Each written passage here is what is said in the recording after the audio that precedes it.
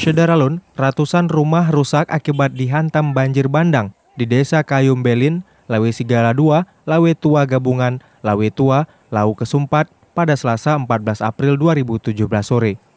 Rumah warga hancur akibat dihantam bebatuan dan kayu gerondongan yang diduga akibat maraknya perambahan hutan di daerah itu. Begitu juga pada beberapa desa lainnya di Kecamatan Lawe Sigalagala, Lawe Semadam, dan Sukamakmur juga sekitarnya terkena banjir bandang tersebut. Bantu masyarakat, tetapi kondisi medan dan situasi mati lampu dan tidak memungkinkan untuk menurunkan alat berat. Jadi saat ini penduduk di mana sebagian yang terkena mengungsi? Ya, mengungsi ada yang di polsek, ada yang di gereja, ada di rumah warga yang lebih tinggi. Sejak sore kemarin hingga hari ini, dapur umum dan tenda-tenda bagi pengungsi belum tersedia. Begitu juga air bersih, terpaksa beli sendiri akibat lambannya Pemkab Agara.